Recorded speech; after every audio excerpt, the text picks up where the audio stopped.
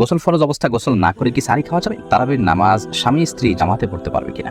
ঘুম থেকে উঠতে না পারার কারণে সাহারি খেতে না পারলে কি রোজা হবে? স্ত্রী জাকাত কি স্বামী তার নিজের টাকা থেকে দিতে পারবেন? জাকাতের টাকা থেকে কি এতিমখানা দান করা যাবে? রমজানের গোসলের সময় যদি কানের ভেতর পানি প্রবেশ করে তাহলে কি রোজার কোনো সমস্যা হবে? আমি একজন মহিলা, আমার প্রতিদিন এশার নামাজ রাত 12টায় পড়তে হয়, আমি চাইলে আগে পড়া সম্ভব নয়। তারাবির নামাজ এভাবে পড়তে হয়, আমি কি প্রতিদিন এভাবে পড়তে পারবো? আমাদের মসজিদে 20 রাকাত তারাবির নামাজ হয়, আমি যদি 8 টাকা পড়ে চলে আসি তাহলে কোনো গুনাহ হবে কিনা? সাহারিতে আজান চলাকালীন সময় কি পানি পান করা যাবে? রোজা রেখে ধূমপান করা যাবে কিনা? রোজা রাখা অবস্থা পিরিয়ড হয়ে গেলে করণীয় কি? গীবত করলে কি রোজা হবে? প্রিয় দর্শক, আর বিলম্ব না করে চলুন আপনাদের প্রশ্ন উত্তর দেওয়ার পালায় প্রবেশ করি। লবি আপনি লিখেছেন রোজা অবস্থায় বাচ্চাকে মায়ের দুধ খাওয়ানো যাবে কিনা? যাবে, কোনো অসুবিধা নেই। তানজিনা আপনি লিখেছেন রোজা রাখা অবস্থা পিরিয়ড হয়ে গেলে করণীয় কি? পিরিয়ড যদি হয়ে যায় তাহলে ওই দিনের যে সিয়ামটা আছে ওই সিয়ামটা আপনাকে পরবর্তী রমজানের পরে রেখে দিতে হবে। আর পিরিয়ড হয়ে গেছে, এখন আপনি অন্য রোজাদার সামনে আপনি খাদ্য গ্রহণ ইত্যাদি থেকে বঞ্চিত থাকবেন এবং ওইভাবে পার করবেন। এবার শাহরিয়ার ইসলাম লিখেছেন রমজানের গোসলের সময় যদি কানের ভেতর পানি প্রবেশ করে তাহলে কি রোজার কোনো সমস্যা হবে? সামান্য পানি যদি কানের ভেতর যায় এবং সেটা যদি আপনি ঝেড়ে ফেলে দিতে পারেন, শেষ যদি আপনার থাকে, তাহলে ইনশাআল্লাহ রোজা হয়ে যাবে, রোজা রাখতে হবে না।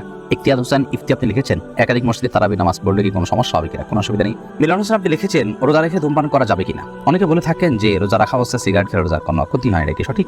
এটা কোনো মানুষ বলে আমি তো এই প্রথম শুনলাম। যাই হোক, কেউ যদি বলে থাকেন সেটি নেহারি ভুল। ধূমপান করলেও তার ফলে রোজা ভঙ্গ হবে, কারণ এটা পান ধোঁয়াগুলো মানুষের ভিতরে প্রবেশ করে বিধায় এটি রোজা ভঙ্গের কারণ।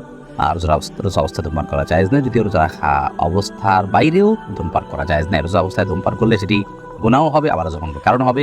যদিও সন্ধ্যার পরে কেউ ধূমপান করলে গুনাহ হবে, বা রোজা ভঙ্গের বিষয়টি সেখানে থাকছে না। এর পরের প্রশ্ন হলো, রমাদান মাসে মহিলারা রান্না করার সময় কি লবণ চেক করতে পারবেন? আমাদের মা বোনরা রমাদান মাসে রান্না করতে গিয়ে বা যে কোনো পুরুষও রান্না করতে গিয়ে যদি তরকারির লবণ চেক করতে হয়, স্বাদ চেক করতে হয়, তাহলে সেক্ষেত্রে সেটি তার জন্য জায়েজ হবে যদি এই চেকটা হয় জিহ্বা দিয়ে এবং চেক করে সাথে সাথে আবার থুতুর মাধ্যমে তিনি সেটাকে পরিষ্কার করে ফেলে দেন, অর্থাৎ গলাদ করেন না গেলেন, তাহলে সেক্ষেত্রে সেটি জায়েজ হবে।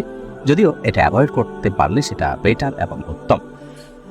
যদি কারোর সন্দেহ হয় যে রান্নাটা ঠিক মতো হলো কি হলো না, মানুষ খেতে পারবে কি পারবে না, লবণ হলো কি হলো না, কম বা বেশি হলো কিনা, তাহলে সেক্ষেত্রে তিনি পরখ করতে পারবেন। তবে জিহ্বার আগায় নিয়ে সেটাকে আবার খুব ভালোভাবে থুতুর সাথে ফেলে দেওয়ার চেষ্টা তাকে করতে হবে, ফেলে দিতে হবে। এর মাধ্যমে ইনশাআল্লাহ তাআলা তার এই চেক করাটা জায়েজ হবে।